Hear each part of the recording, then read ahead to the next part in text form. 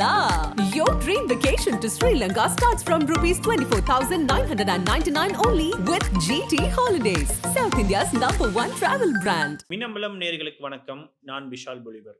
மகாராஷ்டிராவினுடைய தேர்தல் முடிவுகள் நவம்பர் 23ஆம் தேதி வெளியான நிலையில தற்பொழுது வரைக்கும் யார் முதலமைச்சர் அப்படின்ற ஒரு கேள்வி எழுந்துகிட்டு இருக்கு. கடந்த ஆட்சி நவம்பர் 26ஆம் தேதி முடிவடைந்த நிலையில மகாராஷ்டிராவினுடைய முதலமைச்சர் ஏக்நாத் ஷிண்டே ராஜினாமா செஞ்சிருக்காரு. அப்போ தேர்தல் முடிவுகளை நம்ம பார்க்கும் பொழுது பாஜக தனிப்பெரும் கட்சியாக கிட்டத்தட்ட 100க்கும் மேற்பட்ட தொகுதிகளுக்கு மேல அவங்க வெற்றி பெற்றிருந்தாங்க.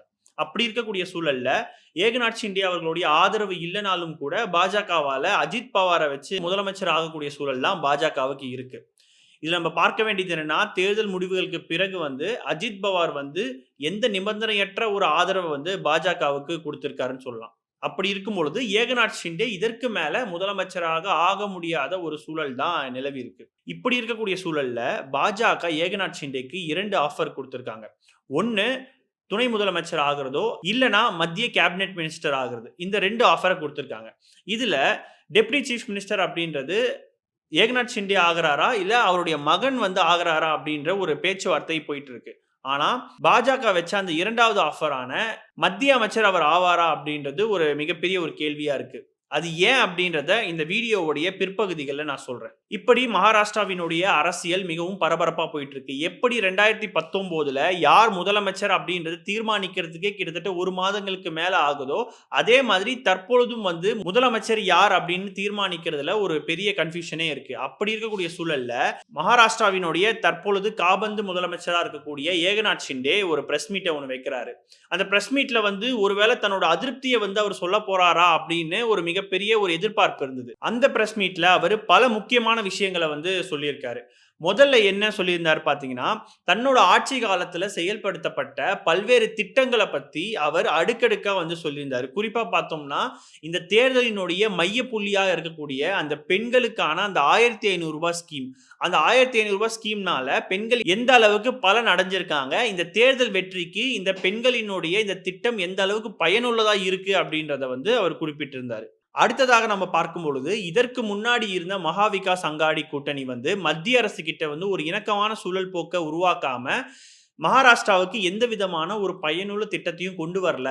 ஆனா இதே கடைசி 2.5 ஆண்டுகள் எங்களுடைய இந்த மகாயுதி கூட்டணியில மத்திய அரசோட பல்வேறு விதமான நல்லுறவை பேணி மகாராஷ்டிராவுக்கு பல திட்டங்களை நாங்க கொண்டு வந்திருக்கோம். இதனால மகாராஷ்டிரா வளர்ச்சி அடைஞ்சிருக்கு அப்படின்றத சொல்லியிருந்தாரு. இது மட்டும் இல்லாம நான் சாமானிய மக்களுக்காக தான் ஆட்சி நடத்தினேன் அப்படின்றத ஏக்நாத் ஷிண்டே மிகவும் அழுத்தம் திருத்தமா சொல்லியிருந்தாரு. இன்னும் சொல்ல போனா பணக்காரர்களுக்கு ஏழை மக்களினுடைய வழி தெரியாதுன்னு சொல்லியிருக்காரு. ஏக்நாத் ஷிண்டே அவர்கள் சொல்றது யாரை டைரக்டா சொல்றாருன்னு பாத்தீங்கன்னா, உத்தவ் தாக்கரே அவர்களையும் சரத் பவார் அவர்களையும் மற்றும் காங்கிரஸ் கட்சியும் சொல்லியிருக்காரு.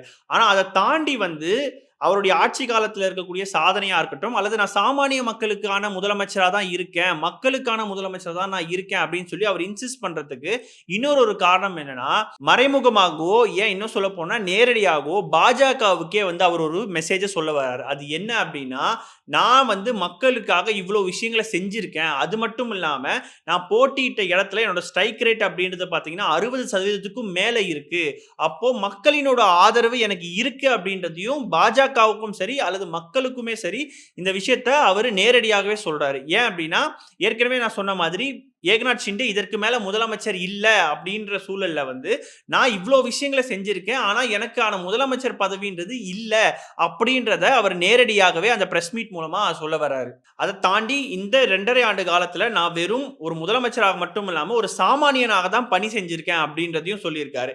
இதை எல்லாத்தையுமே சொல்லிட்டு இறுதியா அவர் சில விஷயங்களை போட்டு ஓப்பனா சொல்றாரு. அது என்ன அப்படின்னா, நரேந்திர மோடி எடுக்கக்கூடிய முடிவு எதுவோ அதை நான் மனப்பூர்வமா ஏத்துக்கிறேன், நான் எந்த இடத்துலயுமே அதற்கான தடையா இருக்க மாட்டேன் அப்படின்றதையும் சொல்லிட்டாரு. ஏன்னா ஏற்கனவே நான் சொன்ன மாதிரி பாஜகவுக்கு பெரும்பான்மை இருக்கிறதுனால இதற்கு மேல ஏக்நாத் ஷிண்டே முதலமைச்சரா இல்லாத பொழுது நான் எந்த விதத்திலையும் மாற்று கருத்து வைக்கிறதோ அல்லது எதிர்ப்பு தெரிவிக்கிறதோ இந்த மாதிரி எந்த விஷயத்தையும் நான் செய்ய மாட்டேன் அப்படின்றத ஒரு கிளாரிட்டியே கொடுத்துட்டாருன்னு சொல்லலாம். அதற்கு ஒரு முக்கியமான காரணமாக அஜித் பவார் அவர்கள் ஆதரவு தெரிவிக்கிறாருன்றதை தாண்டி அல்லது பாஜகவுக்கு பெரும்பான்மை இருக்கிறத தாண்டி இதே ஏக்நாத் ஷிண்டே அவர்கள் தான் சிவசேனா சிவசேனான்ற ஒரு கட்சியிலிருந்து 38 எம்எல்ஏக்கள் அப்படி எடுத்துட்டு வந்து பாஜகவோட கூட்டணி வச்சு முதலமைச்சரானாரு.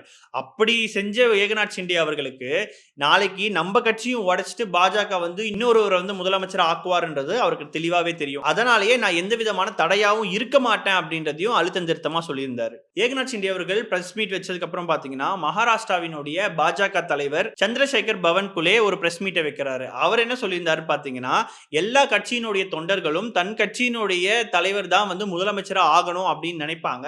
ஆனா பாஜகவுக்கு வந்து பெரும்பான்மை இருக்கிறதுனால நாங்க தான் இப்ப தீர்மானிக்கக்கூடிய ஒரு சக்தியாகவும் இருக்கும் அப்படின்னு சொல்லி அவர் குறிப்பிட்டிருந்தாரு. சரி, இதெல்லாம் தாண்டி ஏகநாத் ஷிண்டே அவர்கள் முதலமைச்சராக கொஞ்ச நாளைக்கு நீடிப்பதற்கான வாய்ப்புகள் இருக்கு அப்படின்னு சொல்லி மும்பையில இருந்து சில தகவல்கள் வருது. அது எதனால அப்படின்னு பார்க்கும் பொழுது, தற்பொழுது மகாராஷ்டிராவில் வந்து நாடாளுமன்ற தேர்தலும் நடந்துருச்சு, சட்டமன்ற தேர்தலும் நடந்துருச்சு. ஆனா உள்ளாட்சி தேர்தல் அப்படின்றது பாத்தீங்கன்னா கடந்த 5 ஆண்டுகளாகவே நடக்கல. அதிலும் குறிப்பா நம்ம பார்க்கும் பொழுது மகாராஷ்டிராவினுடைய முக்கியமான நகரங்களான மும்பை, தானே, பூனே இந்த மாதிரியான நகரங்களுக்கு வந்து உள்ளாட்சி தேர்தல் நடக்கல. இந்த உள்ளாட்சிகளுக்கான பட்ஜெட் மட்டுமே பாத்தீங்கன்னா கிட்டத்தட்ட 56,000 கோடி. இப்போ மகாராஷ்டிராவினுடைய மும்பை பகுதியா இருக்கட்டும், தானேவா இருக்கட்டும், இல்ல வந்து பூனே பகுதியா இருக்கட்டும், இதுல வந்து சிவசேனா மிகவும் வலுவாக இருக்கக்கூடிய ஒரு நகரமா இருந்தது. அதனாலதான் ஏகநாத் ஷிண்டே அவர்கள் முதலமைச்சர் ஆன பிறகும் பாத்தீங்கன்னா மும்பைக்கு வந்து உள்ளாட்சி தேர்தல் நடக்காம இருந்தது. எங்க ஒருவேளை வந்து உள்ளாட்சி தேர்தல் நடந்து அதுல உத்தவ் தாக்கரே தலைமையிலான சிவசேனாவுக்கு வந்து அதிக இடங்கள் ஜெயிச்சிட்டா நாங்க தான் உண்மையான சிவசேனான்னு சொல்லி அவங்க கிளைம் பண்ணிடுவாங்கன்னு உள்ளாட்சி தேர்தலை நடத்தாம விட்டுட்டாங்க. இப்படி இருக்கக்கூடிய சூழல்ல தான் மகாராஷ்டிராவினுடைய உள்ளாட்சி தேர்தல் நடக்கிற வரைக்குமாவது ஏகநாத் ஷிண்டேவை முதல்வராக நீடிக்கலாமா அப்படின்ற ஒரு ஆலோசனையுமே பாஜக மேலிடத்திலிருந்து போய்கொண்டிருக்கு. இது ஒரு பக்கம் போய்கொண்டு இருக்கிற சூழல்ல வந்து அந்த பிரஸ் மீட்ல வந்து ஏகநாத் ஷிண்டே ஒரு விஷயத்தை சொல்லியிருந்தாரு. ஐ ஆம் எ பார்ட்டி ஒர்க்கர் அப்படின்றது. ஸோ ஏற்கனவே நான் முதல்ல ஒன்று சொல்லியிருந்தேன், ஏகநாத் ஷிண்டேக்கு 2 ஆஃபர் கொடுத்துருக்காங்கன்னு. ஒன்று டெப்டி சிஎம்ஆவோ இல்லைனா வந்து மத்திய அமைச்சராவோ ஆகுவீங்களா அப்படின்னு சொல்லிட்டு. அப்போ கேபினெட் மினிஸ்டரா அவர் ஆக மாட்டார் அப்படின்றதுக்கான ஒரு வலுவான காரணம் இருக்கு. அது என்ன அப்படின்னு பார்க்கும் பொழுது, தற்பொழுது சட்டமன்ற தேர்தலில் வந்து ஏகநாத் ஷிண்டேவினுடைய இந்த சிவசேனா வந்து அதிக இடங்களை வெற்றி பெற்றதுனால இவங்க தான் உண்மையான சிவசேனா அப்படின்னு சொல்லி தேர்தல் ஆணையத்திலும் சரி அல்லது சட்ட ரீதியாகவும் சரி ஏகநாத் ஷிண்டேவுக்கு வந்துருச்சுன்னு சொல்லலாம். அப்போ ஒரு முழுமையான ஒரு கட்சியினுடைய தலைவராக அவர் ஆயிட்டாருன்னும் பொழுது அவர் மத்திய அமைச்சர் ஆனார் அப்படின்னா மாநிலத்துல அவங்களுக்கான ஒரு இடம்ன்றது காணாமவே போயிடும். ஏன் அப்படின்னு பார்க்கும் பொழுது இப்பொழுது மகாராஷ்டிராவில் எடுத்துக்கிட்டோம் பாத்தீங்கன்னா 1990 காலகட்டத்தில் சிவசேனா தான் மேஜர் பார்ட்னரா இருந்தாங்க. அதன் பிறகு பாஜக சிவசேனாவோட கூட்டணி சேர்ந்து இன்னைக்கு மகாராஷ்டிராவில் வந்து அவங்க ஒரு மேஜர் பார்ட்னரா இருக்காங்க. இது மகாராஷ்டிராவில் மட்டும் கிடையாது, பீகார்லயும் எடுத்துக்கலாம். பீகார்ல வந்து நிதிஷ்குமார் தான் மேஜர் பார்ட்னரா இருந்தாரு. அதன் பிறகு பாஜகவும் நிதிஷ்குமாரும் கூட்டணி சேர்ந்தாங்க.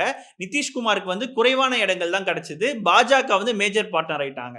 இதே தான் கர்நாடகாவிலும். அப்போ ஏகநாத் ஷிண்டே வந்து ஒருவேளை மத்திய அமைச்சர் ஆனார் அப்படின்னா மாநிலத்துல இப்போ இருக்கக்கூடிய சிவசேனான்றது வந்து ரொம்பவே பலவீனப்பட்டுடும்ன்றதுனால அந்த ஒரு ஆஃபரை வந்து ஏகநாத் ஷிண்டே நிராகரிக்கிறதுக்கான பல்வேறு விதமான சாத்தியக்கூறுகள் இருக்கு. மொத்தத்துல நம்ம பார்க்கும் பொழுது பாஜக தரப்புல இருந்து மீண்டும் தேவேந்திர பட்னாவிஸ் தான் முதலமைச்சராக ஆவதற்கான எல்லா வாய்ப்புகளும் இருக்கு அப்படின்னு சொல்லி சொல்றாங்க. அதற்கு முக்கியமான காரணமா பார்க்கும் பொழுது கடந்த முறையே தேவேந்திர பட்னாவிஸ் முதலமைச்சர் ஆக வேண்டியது, ஆனா மோடிக்கு வந்து தனக்கு இணையான தலைவர்கள் யாரும் உருவாக கூடாதுன்றதுக்காக தன்னை விட குறைந்த சீட்டுகள் இருக்கக்கூடிய ஏகநாத் ஷிண்டேக்கு அந்த முதலமைச்சர் பதவியை விட்டு கொடுத்தாங்க. ஆனா இந்த மகாராஷ்டிரா தேர்தலில் பாஜகவினுடைய உழைப்பை தாண்டி RSS உழைப்பு அதிகமா இருக்கிறதுனால RSSக்கு சார்பா இருக்கக்கூடிய ஒருத்தர் தான் முதலமைச்சரா ஆகணும் அப்படின்னு சொல்லி RSS வந்து திட்டமிட்டு இருந்தாங்க. அப்படி பார்க்கும்பொழுது தேவேந்திர பட்னாவிஸ் தான் முதலமைச்சரா ஆகிறதுக்கான வாய்ப்புகள் அதிகமா இருக்குன்னு சொல்லி சொல்றாங்க. இறுதியாக இந்த மகாராஷ்டிராவினுடைய அரசியல் குறித்தும் அடுத்த முதலமைச்சர் யார் ஆவாங்க அப்படின்றதையும் கீழே கமெண்ட் செக்ஷன்ல சொல்லுங்க. தொடர்ந்து இணைந்திருங்கள். இது உங்கள் மின்னம்பலம். நான் விஷால் பொலிவர். நன்றி, வணக்கம். Hola! Your dream vacation to Sri Lanka starts from rupees 24,999 only with GT Holidays, South India's #1 travel brand. மின்னம்பலம்.com தமிழின் முதல் மொபைல் பத்திரிகை.